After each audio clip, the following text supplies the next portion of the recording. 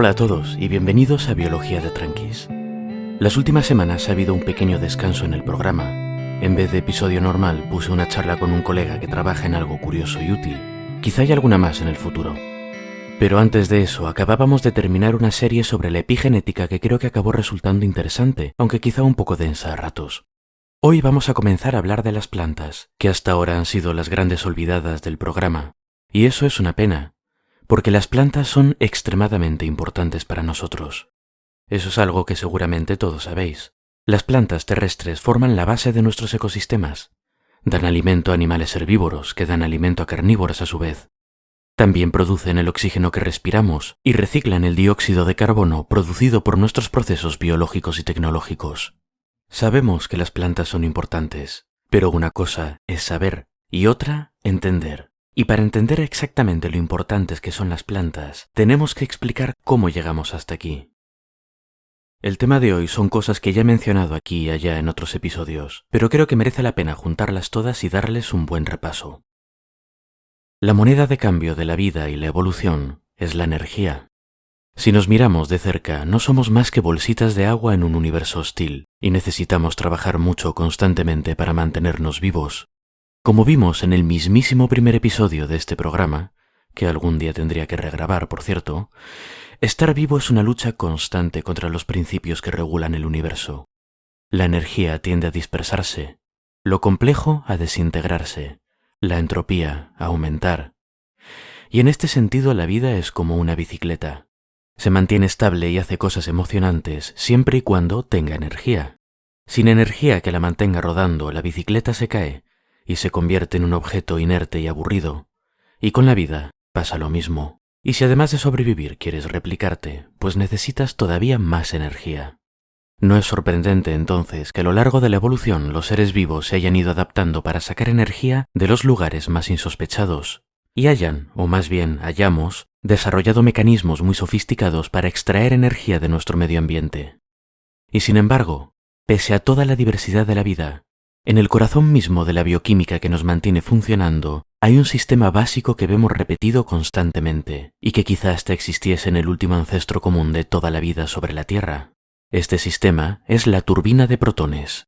Da igual si eres una bacteria, una arquea, una ameba, un alga, un hongo, una mosca, un elefante o un ser humano. La turbina de protones es lo que te mantiene funcional, el origen mismo de la chispa de la vida.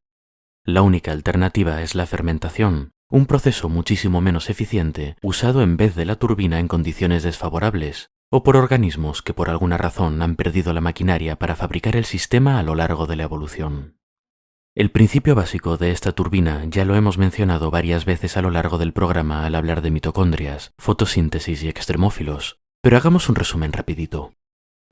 El sistema que nos alimenta puede compararse con una caldera de las que usamos los humanos para generar energía.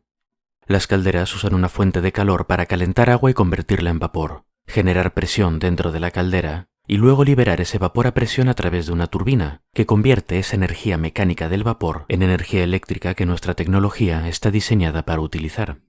En el caso de la vida, el secreto de la generación de energía es la creación de presión como la de vapor, pero a partir de un gradiente de protones. Lo primero que necesitamos es una membrana biológica que sirva de separador. Las células con núcleo usamos la membrana de nuestras mitocondrias, pero cosas como las bacterias o las arqueas, que no son tan grandes y complejas como nosotras, usan su propia membrana exterior.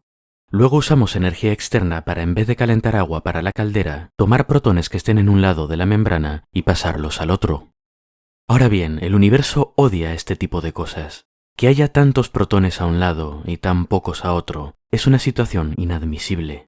Así que existe una tensión, una presión, una tendencia de los protones de ir del lado de la membrana en el que hay más al lado en el que hay menos. Y cuanta mayor diferencia haya entre los dos lados, mayor será esa tendencia. Y aquí viene el golpe de genio. La membrana que usamos de separación es impermeable a los protones, al igual que las paredes de una caldera no dejan que el vapor se expanda todo lo que le gustaría. Al igual que nosotros canalizamos ese vapor descontento por el conducto que queremos, donde hay una turbina esperando, en el caso de los seres vivos pasa lo mismo, y los protones que intentan cruzar la membrana son canalizados a través de una turbina. En este caso esta turbina es una proteína que tiene de hecho forma de turbina, un auténtico prodigio de la biología. La proteína en cuestión usa la energía del movimiento de los protones de la misma forma que lo haría una turbina humana, y la usa para sintetizar adenosín-trifosfato, o ATP, razón por la que su nombre es ATP sintetasa. La bioquímica es fácil. Las moléculas de ATP, a su vez, son básicamente pequeñas baterías recargables. De la misma forma que nuestra tecnología usa energía en formato eléctrico, las nanomáquinas que nos mantienen funcionando son capaces de romper el ATP y usar la energía liberada para hacer sus reacciones bioquímicas y mantenernos funcionando un día más. Así que, en resumen, tenemos nuestra caldera que usa presión de protones en vez de vapor y nuestra turbina que la convierte en energía utilizable, en este caso ATP para nuestra bioquímica.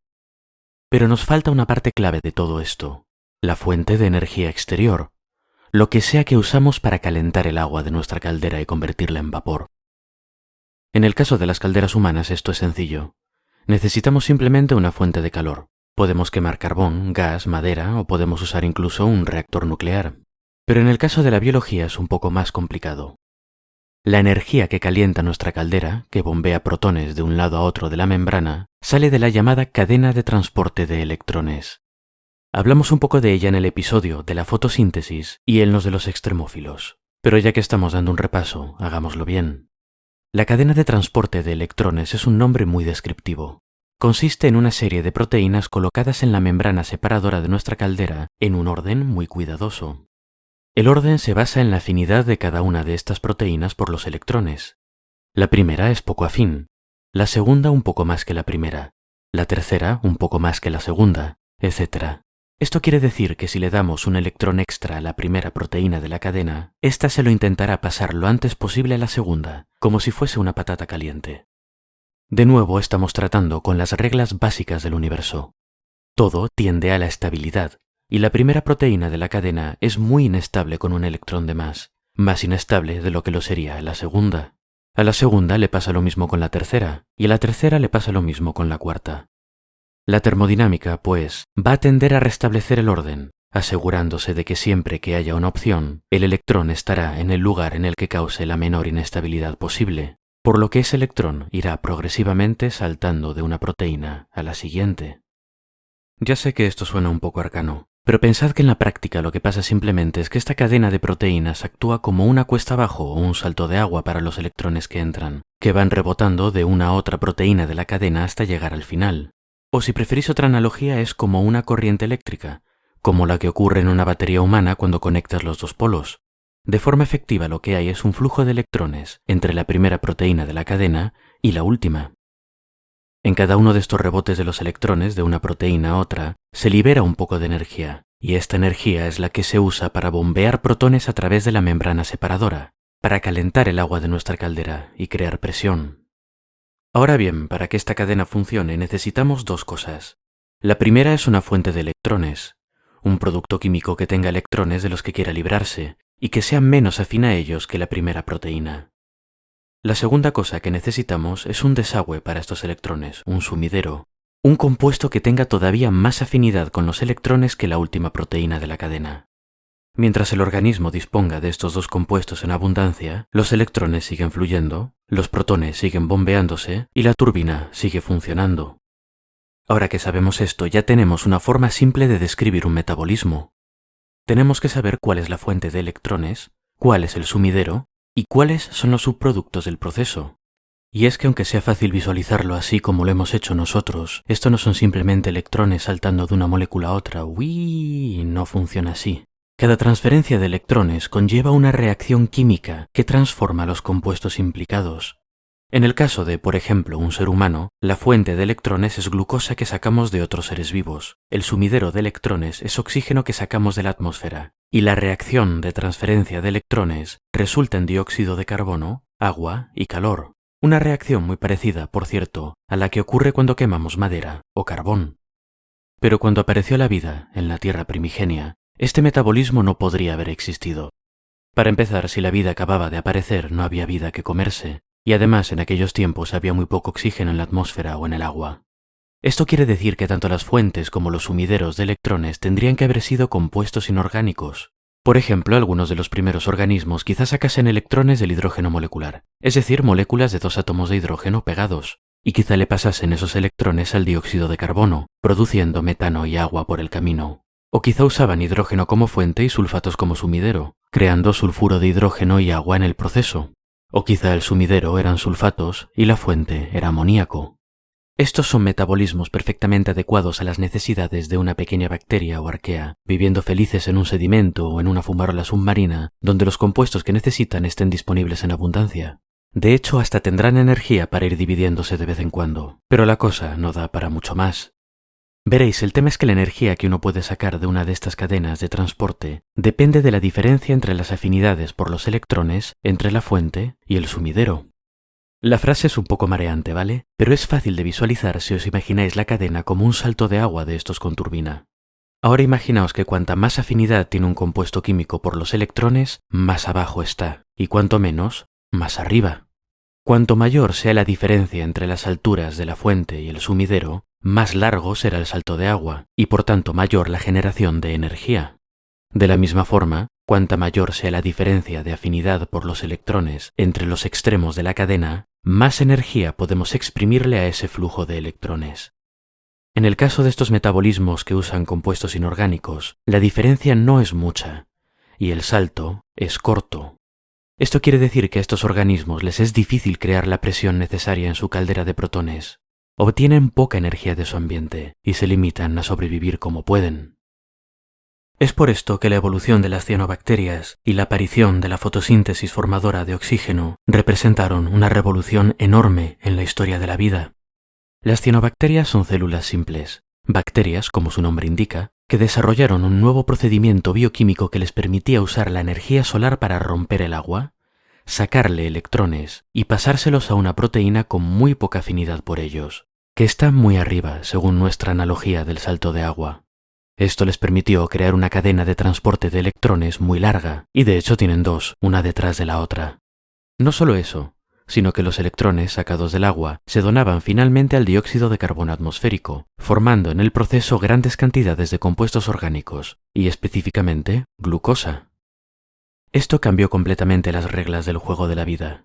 La capacidad de crear grandes cantidades de energía y materia orgánica a partir de cosas tan abundantes como aire, agua y luz solar hizo que las cianobacterias explotasen en abundancia. Además, el proceso de romper las moléculas de agua para extraer electrones genera como subproducto oxígeno molecular, O2, dos átomos de oxígeno pegados. Como dijimos antes, el oxígeno molecular era muy escaso en la Tierra antes de la aparición de la fotosíntesis, pero ahora estaba en todas partes. Y esto es importante, porque el oxígeno molecular tiene unas propiedades muy curiosas. Es una molécula muy reactiva, que tiene mucha tendencia a interactuar con otras moléculas. De ahí que, por ejemplo, el hierro se oxide en presencia de oxígeno. Esto puede hacer que si está dentro de una célula, interfiera en reacciones importantes para la vida y que cause daños en las proteínas y en el ADN. Cuando las cianobacterias llenaron la Tierra de oxígeno, la vida de aquellos tiempos fue encontrándose poco a poco con que ahora vivía en un planeta alienígena, con una atmósfera y un agua llenas de un componente tóxico para ella. Ante este cambio, muchos organismos se extinguieron. Otros se retiraron a ambientes donde no llegaba el oxígeno y donde todavía los podemos encontrar hoy en día. Finalmente, muchos otros se adaptaron y desarrollaron defensas bioquímicas que les permitían sobrevivir al oxígeno. Y dentro de este último grupo, algunos organismos aprendieron a sacar ventaja de estas nuevas reglas del juego. Y es que resulta que lo que hace el oxígeno tan reactivo es que tiene una afinidad enorme por los electrones. En nuestra analogía del salto de agua, el oxígeno está casi abajo de todo. El único elemento que lo supera es el flúor. En la práctica, esto significa que una cadena de electrones que use oxígeno como sumidero final va a generar mucha energía. Por otro lado, en este nuevo planeta alienígena, ahora existían cantidades enormes de cianobacterias fabricando glucosa constantemente. Básicamente, el nuevo mundo estaba lleno de cosas verdes que materializaban glucosa mágicamente a partir del aire. Así que cualquiera que aprendiese a usarla como fuente de electrones y de carbono orgánico, de materiales de construcción, iba a tener la vida completamente arreglada. No nos sorprende, pues, que en este nuevo ambiente, los organismos que desarrollaron un metabolismo basado en comer glucosa y respirar oxígeno tuviesen mucho éxito y siguiesen a todas partes a las cianobacterias, que ahora se habían convertido oficialmente en la principal fuente de energía de la vida sobre la Tierra, en la base de los ecosistemas. Y ojo porque las ventajas de respirar oxígeno no se limitan a su abundancia. Como mencionamos antes, el oxígeno es un excelente sumidero de electrones. Tanto que un metabolismo que lo utilice genera muchísima más energía que uno que use otros sumideros. La caldera de protones, el núcleo de nuestro sistema de energía, sigue siendo la misma, pero ahora en vez de calentar el vapor quemando carbón, estamos usando un reactor nuclear. La vida acababa de romper una barrera energética, y eso le había dado grandes ambiciones. No se sabe muy bien si este metabolismo tan eficiente fue el responsable de que apareciesen las células con núcleo. Al fin y al cabo hay bacterias que lo usan también, y no han alcanzado complejidades parecidas a la nuestra. Pero sin duda, tener una fuente de energía eficiente fue un paso muy necesario para que apareciésemos. En los episodios 16 a 19 del programa tenéis el tema tratado más por lo menudo, y os dejaré en la descripción un artículo que escribí sobre la evolución de las células con núcleo. La idea general es que eucaria, las células con núcleo, somos algo bastante extraordinario, aunque esté mal que nosotras lo digamos. Tenemos tamaños celulares cientos o miles de veces mayores que los de bacterias y arqueas. Tenemos sofisticados mecanismos que nos permiten cambiar de forma y movernos. Tenemos redes de ferrocarriles internas que nos permiten transportar proteínas, alimento y residuos a distancias enormes en términos celulares. Tenemos un interior complejo con estructuras especializadas en distintas funciones. Y toda esta complejidad está alimentada por las mitocondrias, nuestras incansables calderas. Bacterias cautivas o colaboradoras que generan cantidades de energía completamente inimaginables para una arquea que viva sin oxígeno. A lo largo de los cientos y cientos de millones de años posteriores a nuestra aparición, las células con núcleo inventamos el sexo, la muerte, la multicelularidad. Nos diversificamos en una cantidad inmensa de formas. En algún punto, de la misma forma que con las mitocondrias, algunas células con núcleo capturaron a una o más cianobacterias y las mantuvieron en su interior como si fuesen una estructura más. O puede que esto solo ocurriese una vez, con una única célula y una única cianobacteria. Pero ocurriese como ocurriese, el caso es que al igual que había ocurrido con las mitocondrias antes que ellas, estas cianobacterias fueron perdiendo capacidades, dejando más y más de sus funciones en manos de su hospedadora y especializándose en lo que sabían hacer mejor, la fotosíntesis. Si queréis saber más sobre este proceso de endosimbiosis, lo cubrí con más detalle en el episodio 25. Hoy en día estas cosas que fueron cianobacterias se las conoce como plastos o cloroplastos, y a las descendientes de la célula hospedadora se las conoce como plantas, si usamos la palabra plantas en un sentido muy amplio. Dentro de este grupo tenemos tres grandes divisiones. Por un lado las algas rojas, que son muy abundantes en nuestros océanos. Por otro, un pequeño grupo de algas unicelulares de agua dulce llamadas glaucófitas. Y finalmente tenemos el grupo al que quería llegar hoy, Viridiplantae, las plantas verdes. Espero que este episodio haya sido un resumen útil de la energética de los seres vivos y que hayáis entendido hasta qué punto la aparición de la fotosíntesis formadora de oxígeno marcó un antes y un después en la evolución. Una vez con esas bases bien claritas, vamos a continuar nuestra historia hasta la siguiente gran revolución. Y es que hasta ahora, aunque han estado ocurriendo muchas cosas, han estado ocurriendo siempre bajo el agua. Para el episodio que viene, seguiremos a las que en este punto en nuestra historia son solo unas algas verdes viviendo en los mares y en los ríos, y empezaremos a contar la historia de la conquista de la última frontera, la tierra firme. Hasta entonces pues, y espero que hayáis disfrutado el episodio.